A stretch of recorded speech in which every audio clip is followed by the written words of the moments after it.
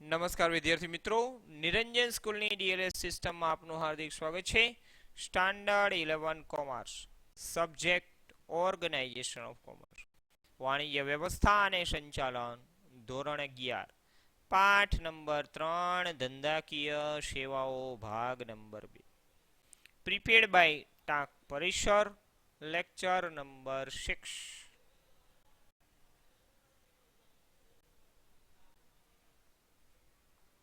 આપણે પ્રશ્ન નંબર 4 ની ચર્ચા કરતા હતા. પ્રશ્ન હતો બેંકના ગૌણ કાર્ય સમજાવો. એમાં આપણે 3 મુદ્દા સુધી સમજ્યા હતા, એ રિપીટ કરી લઈ.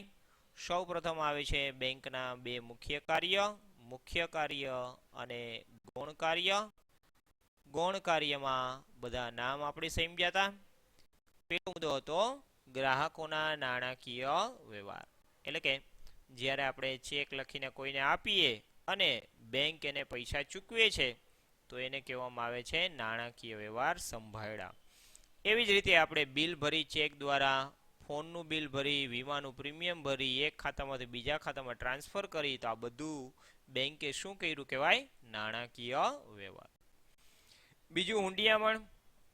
આયાતના નિકાસનો વેપાર કરવો છે તો આપણે વિદેશી હુંડિયામણની જરૂર પડે, એ આપણે આપણી બેંક વ્યવસ્થા કરી આપે છે. એટલે બીજું ગૌણ કાર્ય હુંડિયામણ. ત્રીજું શાકપત્ર. એક બેંક બીજી બેંકને લખે અને એક વ્યક્તિના નામે લખે, જેમાં બેંક ગેરંટી લે છે, માટે આયાત અને નિકાસનો વેપાર શક્ય બને છે. ચોથું કાર્ય આજે ચોથાથી આપણે સમજવાનું આવશે. તો ચોથું કાર્ય છે ટ્રાવેલર્સ ચેક આપવા.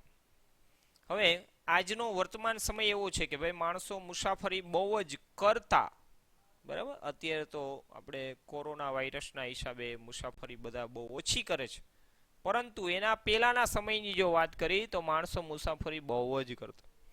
દેશ વિદેશમાં વ્યક્તિઓ ફરતા અને રોકડા પૈસા હારે રાખતા, પરંતુ માણસોને ચિંતા થતી કે રોકડા પૈસા હારે રાખશું ને ચોરાઈ જશે તો, ખોવાઈ જશે તો. એટલે બેંક આપણને શું કરે તો કે ભાઈ જ્યાં આપણે બહારગામ જવાના હોય, વિદેશ જવાના હોય, એનો એક ટ્રાવેલર્સ ચેક બનાવી દઈએ. આપણે રોકડા પૈસા હારે રાખવા પડે નહીં, બરાબર. તો ટ્રાવેલર્સ ચેક આપે છે જેથી કરીને આપણે રોકડા પૈસા હારે ન રાખો. તો એ આપણે કહી શકીએ કે ભાઈ પેલા એવું બનતું, પરંતુ હવે તો બેંક શું આપે છે આપણને? એટીએમ ની સુવિધા. એમાં એ ફોરેન જાય તો મલ્ટી કરન્સી કાર્ડ પણ આપે છે. તો એટીએમ ની સુવિધા આપતા હોવાથી આપણે હવે ટ્રાવેલર્સ ચેકનું મહત્વ ઘટી ગયું છે એવું કહી શકીએ. પણ જ્યારે એટીએમ નહોતા ત્યારે ટ્રાવેલર્સ ચેકનો ભરપૂર ઉપયોગ કરવામાં આવતો. તો આ ગૌણ કાર્યનું ચોથું કાર્ય ટ્રાવેલર્સ ચેક, એની બદલે હવે આવી ગયા છે એટીએમ કાર્ડ. પાંચમું છે ડિમાન્ડ ડ્રાફ્ટ. હવે આપણે એક ઉદાહરણ લઈએ કે ભાઈ દાખલા તરીકે એક વ્યક્તિએ બીજા વ્યક્તિને ચેક આપ્યો, એને પોતાની બેંકમાં જમા કરાયો, તો બેંકના નિયમ પ્રમાણે 24 કલાક પછી નાણાં મળે. પરંતુ કોઈ વેપારીને દાખલા તરીકે કલાકમાં પૈસા ચૂકવવાના છે, 1 કલાકમાં, તો કેમ ચૂકવવા? તો બેંકે એના માટે આપ્યું છે ડિમાન્ડ ડ્રાફ્ટ. ડીડી કઢાવવાનો, આપણે એટલી રકમ બેંકમાં જમા કરાવવાની, એ વ્યક્તિનું નામનો ઉલ્લેખ કરવાનો, એનું એક ફોર્મ ભરવાનું, બેંક એનું કમિશન મેળવે અને એક ચેક બનાવે જેમાં લખેલું હોય છે ડિમાન્ડ ડ્રાફ્ટ. આ એક નમૂનો મેં બતાવ્યો છે, જો આવી રીતે લખેલું હોય ડિમાન્ડ ડ્રાફ્ટ. જે વ્યક્તિને પૈસા ચૂકવવા એનું નામ લખેલું હોય, તારીખ, રકમ, પૈસા અને રકમ, અને અહીંયા બેંકના અધિકારીની સહી હોય, બરાબર. આ જ્યારે આ વ્યક્તિને મળે, બેંકમાં એ રજૂ કરે, એટલે માત્ર અડધી કલાકમાં એને પૂરેપૂરા પૈસા એને મળી જાય છે. જેમ કે અહીં લખ્યું છે 1,25,00,000, 1,25,00,000, તો 1 કલાકમાં જ મળી જશે.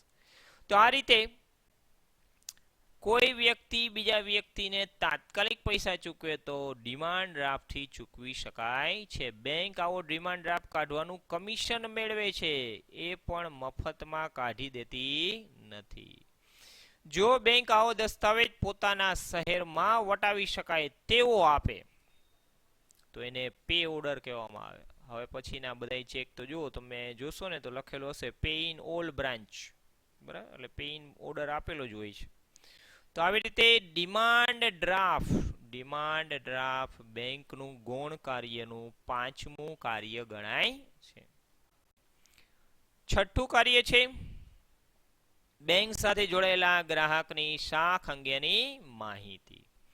હમણાં જ મેં તમને વાત કરી એમ કે બેંક પોતાના ગ્રાહકની નાણાકીયની માહિતી વારંવાર ધ્યાનમાં રાખતી હોય. નાણાકીય સદ્ધરતા કેટલી છે બેંકને તો ખબર પડી જશે. બરાબર, ઉદાહરણ તરીકે તમારે એક બેંક એકાઉન્ટ છે, એની અંદર તમે દર મહિને 5-5 હજાર જમા કરાવો છો, તો વર્ષના કેટલા થયા? 12 × 5 = 60,000. તો બેંકને ખબર પડી જાય કે તમારી નાણાકીય સદ્ધરતા છે.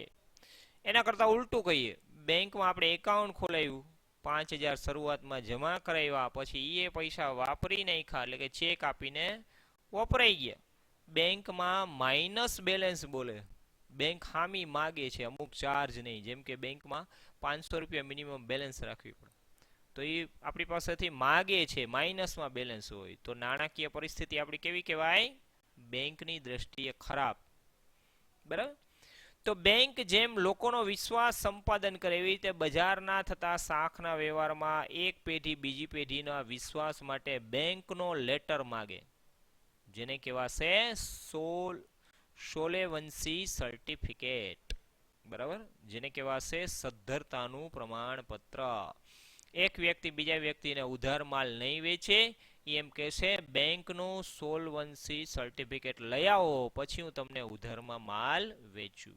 ત્યારે બેંક આવો લેટર લખે, જો જેમાં બેંકનું નામ હોય, જે વ્યક્તિના માટે હશે એનું નામ, એનું સરનામું બધું અહીંયા લખેલું હશે, અને એ લખે કે નેટ વર્થ ઓફ કંપની, અત્યારે જે કંપની છે એની મિલકત કેટલી છે?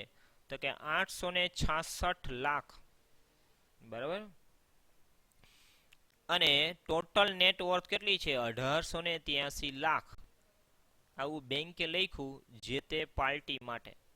તો આ જે પાર્ટી માટે લખેલું છે એના ઉપરથી આપણને ખબર પડી જાય કે જે વ્યક્તિના નામે આટલું લખેલું છે એ વ્યક્તિની નાણાકીય પરિસ્થિતિ સારી છે, એટલે આપણે એને ઉધારમાં માલ વેચશું તો એ પૈસા આપણને તરત મળી જશે, કાંઈ વાંધો આવશે નહીં. તો આવા સર્ટિફિકેટ બેંક ઇસ્યુ કરે એક વેપારીના કહેવાથી બીજા વેપારી માટે. સાતમું કાર્ય છે બાંહેધરી દલાલ તરીકેની સેવા. હવે તમે શેર બજારનું નામ સાંભળેલું હશે.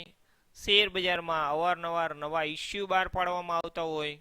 નવા ઇસ્યુનો નિયમ હોય છે કે 3 દિવસમાં જે લઘુત્તમ ભરણું છે ઇસ્યુ ભરાઈ જવા જોઈએ.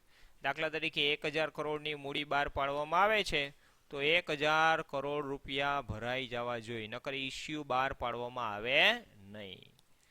તો માની લ્યો નો ભરાણા તો ઇસ્યુ જ નહીં આવે, એ કંપની કેન્સલ થશે. તો એટલા માટે જ કોઈ કંપની આવું રિસ્ક નથી લેતી, બેંક સાથે શું કરે? ગેરંટી મેળવી લે કે માની લ્યો ઇસ્યુના પૂરા પૈસા ન આવ્યા, તો માની લ્યો SBI બેંક સાથે કોન્ટ્રાક્ટ કર્યો હોય, તો SBI બેંક કહેશે કે ભાઈ અમે પૂરેપૂરી રકમ ભરી દેશું, જે બાકી રહેશે તે. તો આવી રીતે જે આવ્યું એને શું કહેવાય? બાંહેધરી દલાલ તરીકે બેંક ગેરંટી આપશે જે કંપની ઇસ્યુ બહાર પાડશે તેને. હવે આ એક સેવા કંઈ ફ્રી નથી, બેંક આના બદલે શું મેળવશે? કમિશન મેળવે છે. બરાબર, તો આવી રીતે બાંહેધરી દલાલ તરીકે. આઠમું કાર્ય છે આના સિવાય પણ નાના નાના કાર્ય, જેમ કે ગ્રાહકને ATM કાર્ડ આપવું, શેર બજારમાં ડીલિંગ કરવા માટે ડીમેટ ખાતું ખોલી દેવું, સેફ ડિપોઝિટ વોલ્ટ લોકરની સુવિધા આપવી, ગ્રાહકો માટે ક્રેડિટ તેમજ ડેબિટ કાર્ડની સુવિધા આપવી. આવા અન્ય પણ એના કાર્યો છે જેને કહેવાશે અન્ય સંબંધિત સેવા. તો આ રીતે બેંકના 8 પ્રકારના ગૌણ કાર્યોની મેં સમજણ આપી તમને. મને વિશ્વાસ છે કે તમને સમજાણું હશે. આ બરાબર વિડીયો જોઈ લેજો. જો તમે ભવિષ્યમાં બેંકમાં નોકરી કરશો તો તમારે આવા કાર્યો કરવાના આવશે, જે તમને અગાઉથી ખબર હોય તો તમારા માટે ખૂબ જ સારું અને સરળ રહેશે. તો આ વિડીયો જોવા બદલ ખૂબ ખૂબ આભાર. Thank you very much.